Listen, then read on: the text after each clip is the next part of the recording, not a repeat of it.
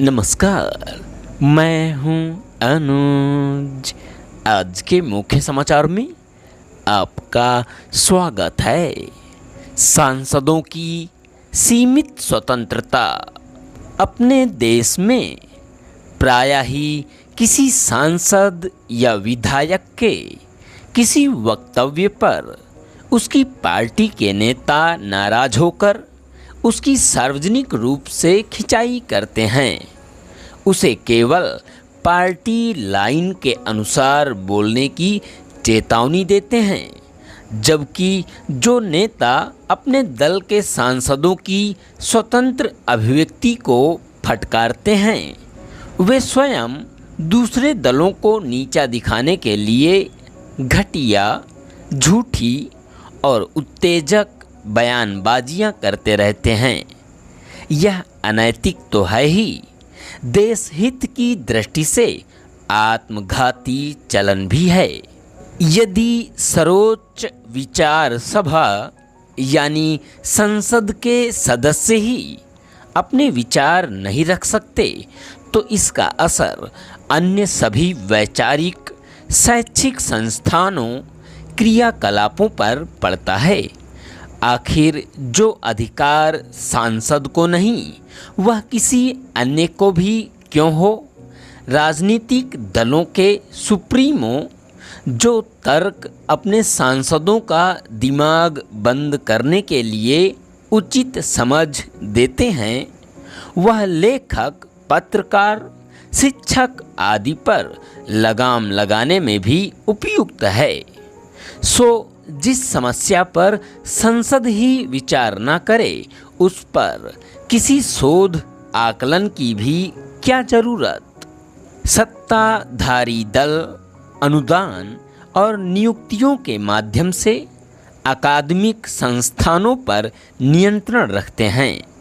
इसीलिए कश्मीरी हिंदुओं के संहार विस्थापन, सांप्रदायिक विद्वेष के प्रचार, संगठित मतांतरण, जिहादी आतंकवाद, तरह तरह के आरक्षण आदि अनेक विषयों पर कोई अध्ययन अध्यापन नहीं होता। एक तरह से संबंधित समस्याओं की पूरी अनदेखी होती है। इस चलन का परिणाम अच्छा नहीं होगा। संविधान का कोई अनुच्छेद अथवा संसद का कोई नियम संसद सदस्यों को अभिव्यक्ति की स्वतंत्रता से वंचित नहीं करता।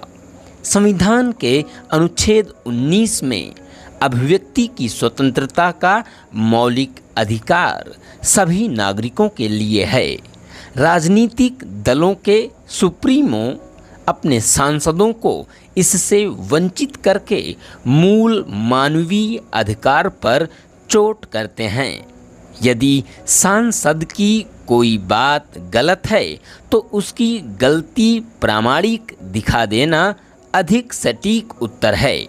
इससे ही सबको लाभ होगा, जबकि सेंसरशिप से अंततः सबकी हानि होनी है। सांसदों को ही अभिव्यक्ति की स्वतंत्रता से खुलेआम वंचित करना देश को दुनिया के सामने हीन भी बनाता है, क्योंकि यह अपने ही संविधान और संसद की हेठी करना है। यह नागरिकों के मूल अधिकार पर एक संविधानेतर संस्था राजनीतिक दल का अतिक्रमण है। इससे संसद का कर्तव्य बाधित होता है। आखिर सांसद जो सोच समझ देख रहे हैं, उसे बोल ही नहीं सकते, तो फिर उनकी आवश्यकता क्या। तब संसद का भी क्या प्रयोजन। यह हानिकारक चलन निश्चित रूप से खत्म करना चाहिए। किसी प्रतिष्ठित लोकतंत्र में ऐसा नहीं है।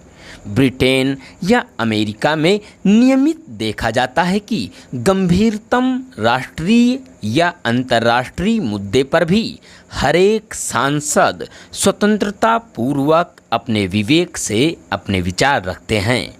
उसमें उनकी पार्टी का कोई दखल नहीं होता। कारण संसद सदस्यों की अभिव्यक्ति की स्वतंत्रता पर राजनीतिक दल वहाँ कोई बंधन नहीं लगा सकते। सांसद पहले देश और जनता के प्रति जिम्मेदार हैं। वहाँ उनके सोच विचार या संसद में राष्ट्रीय नीति बनाने में पार्टी लाइन जैसी कोई बाधा नहीं है। इससे पार्टी नेता भी सतर्क और गतिशील रहते हैं।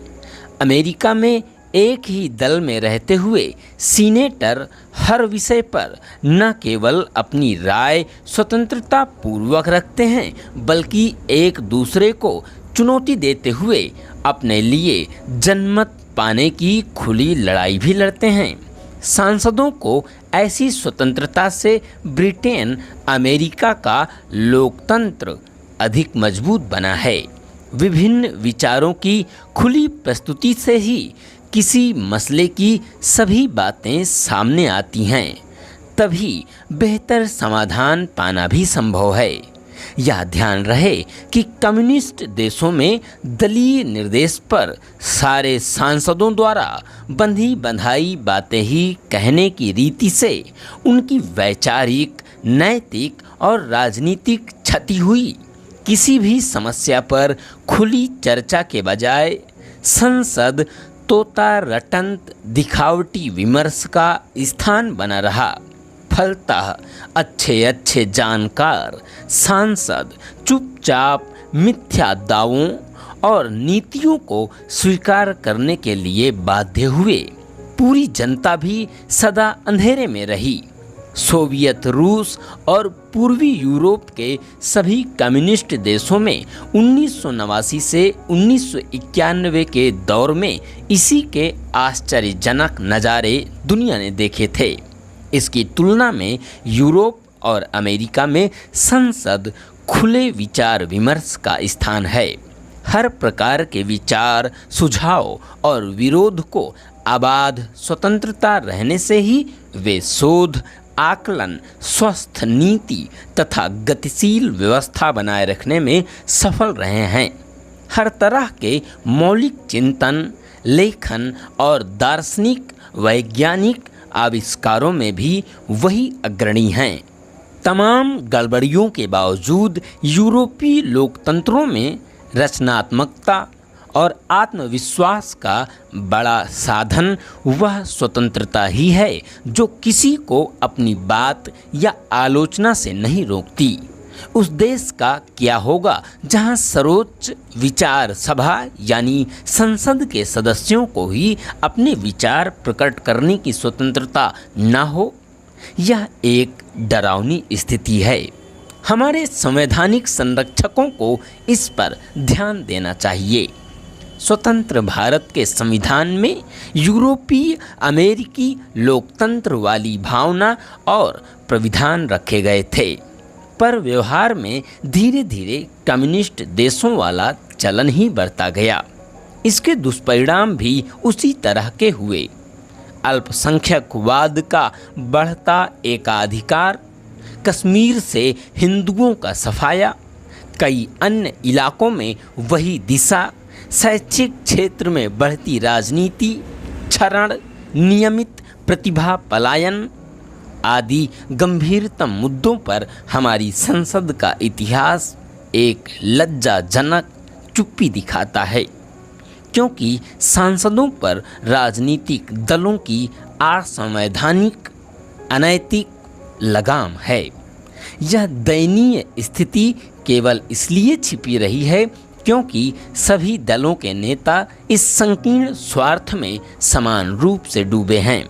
इसीलिए अभी बांग्लादेश में हिंदुओं पर हो रहे जुल्म पर हमारे किसी सांसद ने संसद में चर्चा का प्रस्ताव नहीं दिया, क्योंकि वैचारिक सेंसरशिप हर प्रकार की तानाशाही, सामाजिक रोग और बुराइयां बढ़ाती है। अतः सांसदों को विचार विमर्श के क्षेत्र में पार्टी कैद से मुक्त करना चाहिए। ऐसा न करना दूरगामी पतन सुनिश्चित करने के समान होगा। यह कम्युनिस्ट देशों के अनुभव से समझना चाहिए। लेखक, राजनीति शास्त्र के प्रोफेसर एवं वरिष्ठ स्तंभकार हैं श्री शंकर शरण शर्मा जी। बहुत बहुत धन्यवाद।